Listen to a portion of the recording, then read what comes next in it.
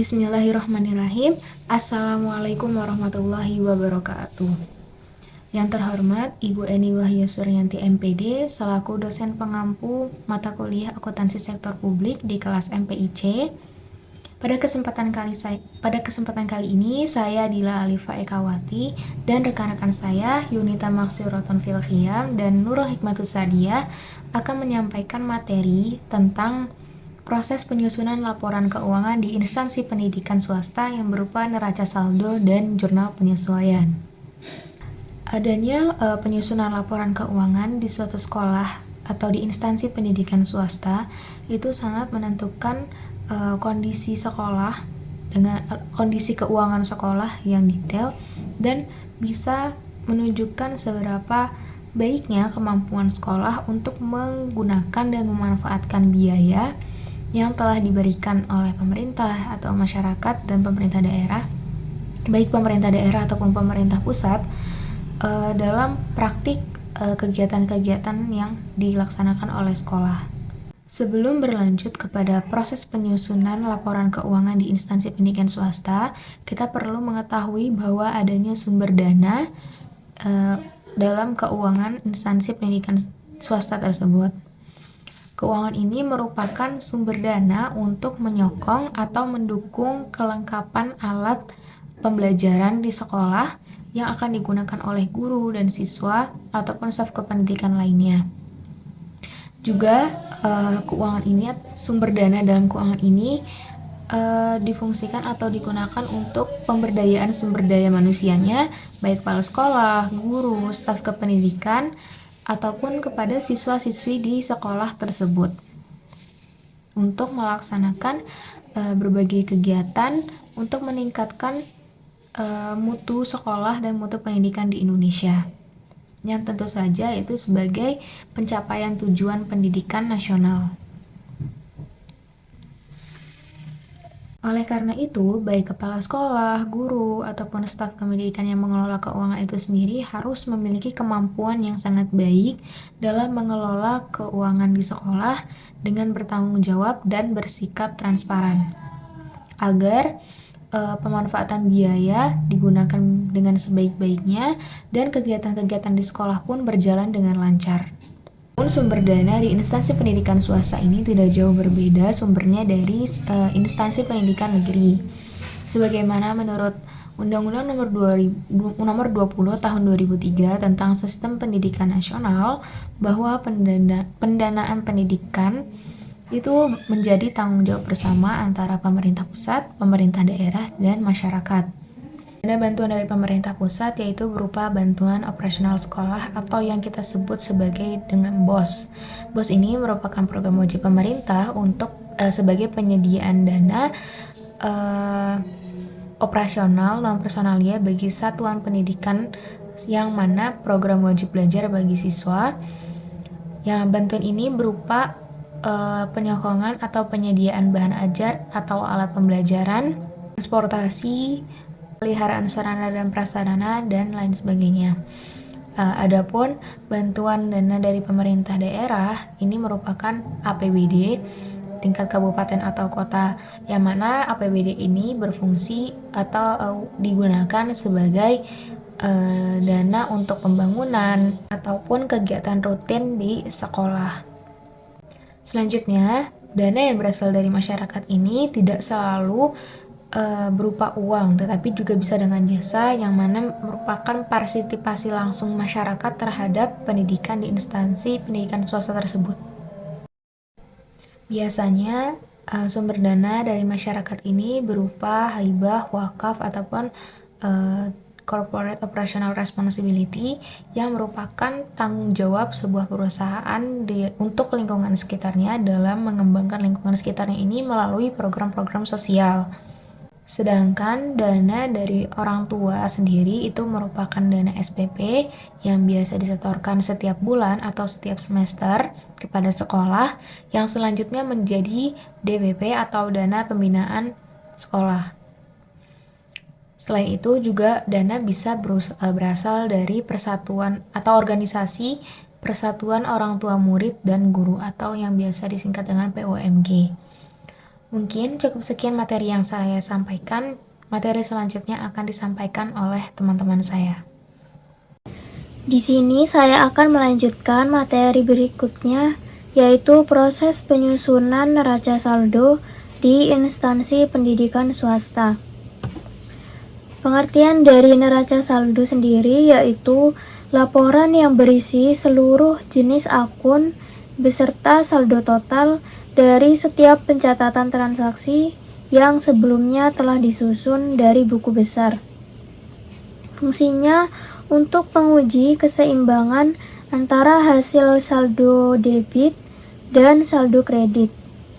Neraca saldo yang tidak seimbang menandakan adanya kesalahan pada saat pencatatan jurnal.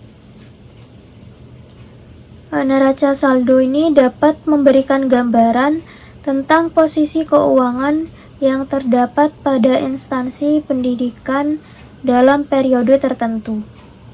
Untuk neraca saldo di instansi pendidikan, aktivanya itu bersumber dari kas dan piutang dari SPP yang dibayarkan oleh wali murid. Kemudian untuk aset tetapnya seperti tanah, bangunan, kendaraan, peralatan, perlengkapan, dan lain-lain yang dimiliki oleh instansi pendidikan tersebut. Untuk modalnya, umumnya mendapatkan bantuan dana BOS dari pemerintah yang dibelanjakan untuk kegiatan operasional sekolah. Neraca saldo dibagi menjadi 3 jenis dengan kegunaannya masing-masing. Yang pertama, neraca saldo yang belum disesuaikan. Neraca saldo yang belum disesuaikan dibuat ketika seluruh transaksi telah dicatat dan diposting ke buku besar, yakni kemudian dipindahkan ke daftar saldo. Yang kedua, neraca saldo setelah penyesuaian.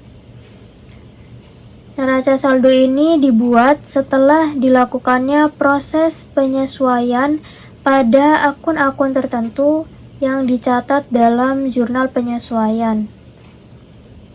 Neraca saldo berisi total dari neraca saldo awal dan jurnal penyesuaian. Nah, yang berada dalam jurnal penyesuaian itu biasanya beban biaya seperti penyusutan barang atau beban biaya operasional lainnya seperti biaya listrik, biaya air, biaya kebersihan, dan biaya kesehatan dan lain-lain. Yang ketiga, neraca saldo penutup. Neraca ini digunakan untuk memastikan bahwa buku besar telah memiliki saldo untuk periode berikutnya. Berikut adalah langkah-langkah penyusunan neraca saldo. Yang pertama, hitung saldo seluruh akun buku besar. Yang kedua, menuliskan nama-nama akun. Yang kedua, masukkan saldo debit atau kredit ke neraca saldo. Dan yang keempat, hitung total akun yang ada dalam kolom kredit dan debit.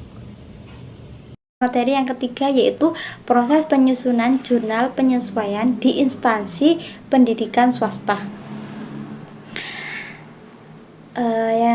Yang disebut ayat jurnal penyesuaian menurut Sasongko yaitu ayat jurnal yang dibuat untuk menyesuaikan saldo akun di buku besar pada akhir periode akuntansi. Dalam mengakui penerimaan ataupun pengeluaran, seorang akuntan dapat memilih dua basis akuntansi yang akan digunakan, yaitu ada basis kas atau basis akrual. Menurut Sasongko lagi, dengan menggunakan basis akrual, pendapatan serta beban dilaporkan dalam laporan laba rugi di periode terjadinya pendapatan atau beban tersebut.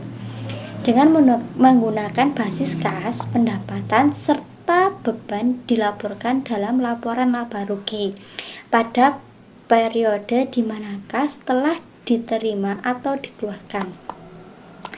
Langkah-langkah untuk menyusun jurnal penyesuaian. Yang pertama yaitu membuat neraca saldo yang perlu disesuaikan. Yang kedua, lakukan analisis terhadap setiap akun yang ada di dalam suatu usaha.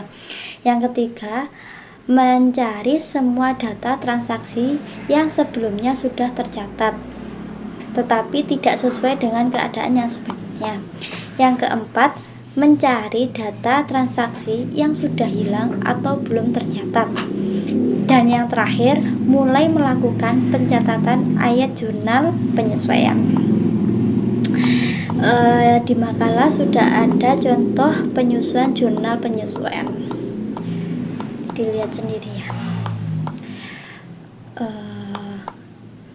Pencatatan yang seharusnya dicatat untuk perolehan bangunan dan peralatan adalah yang pertama, pencatatan untuk perolehan bangunan.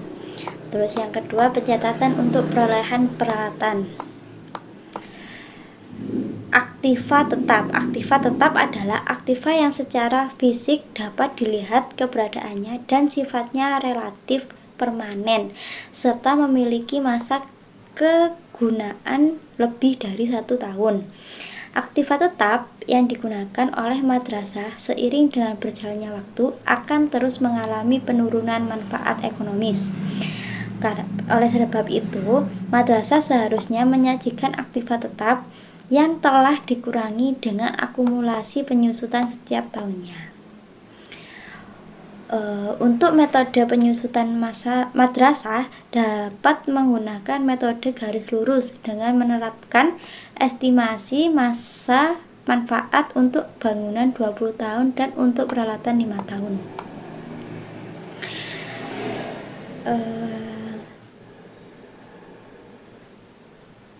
Di makalah sudah dijelaskan contoh cara membuat jurnal akuntansi di lingkup madrasah pendidikan. Sekian dari kelompok kami.